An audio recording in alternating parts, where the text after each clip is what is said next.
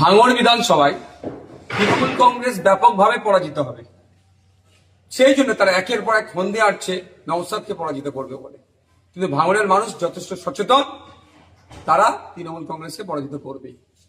বিষয়টা হচ্ছে, একটা ভিডিও দেখলাম যেখানে নকল ইভিএম মেশিন নিয়ে গিয়ে মানুষকে বোঝাচ্ছে কিভাবে ভোট দিতে হবে। আমাদের পক্ষ থেকেও বোঝানো হচ্ছে। তৃণমূল কংগ্রেস বোঝাতে গিয়ে শেষে একজন সহজ সরল একজন মহিলাকে বোঝাচ্ছে যে তুমি এখানে ভোট দিচ্ছ, কোথায় ভোট দিচ্ছ না দিচ্ছ লাইনে সিরিয়াল অনুযায়ী আমরা বুঝতে পেরে যাব। অর্থাৎ তাকে প্রভাবিত করা হচ্ছে, তাকে ভয় দেখানো হচ্ছে তৃণমূল ছাড়া অন্য কাউকে ভোট দিলে নাকি তৃণমূল জানতে পেরে যাবে, আর জানতে পেরে যাওয়া মানে পরবর্তীতে কি ব্যবস্থা গ্রহণ করবে এটা না বলে তারা ভয় দেখাচ্ছে। এহেন আচরণকে আমরা ধিক্কার নিন্দা জানাই।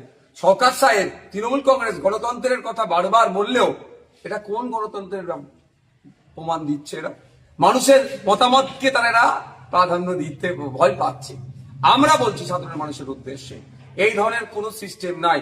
আপনার ভোট আপনি নির্দ্বিধায় দেবেন, নির্বিঘ্নে দেবেন, কারো বোঝার ক্ষমতা নাই আপনি কোথা দিচ্ছেন না দিচ্ছেন।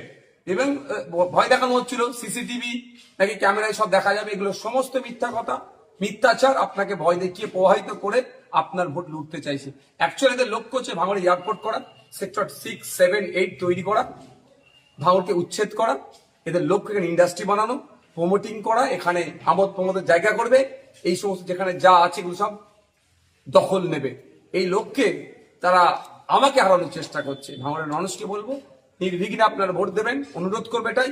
ইভিএম মেশিনের 5 নম্বর বোতাম টিপে আমাকে খামচিন্দে ভোট দিয়ে ব্যাপক ভোটে জয়যুক্ত করবেন এবং দুর্নীতিগ্রস্ত তৃণমূল কংগ্রেস সাম্প্রদায়িক বিজেপিকে চিরতরের জন্য বাংলা থেকে বিদায় দেবেন।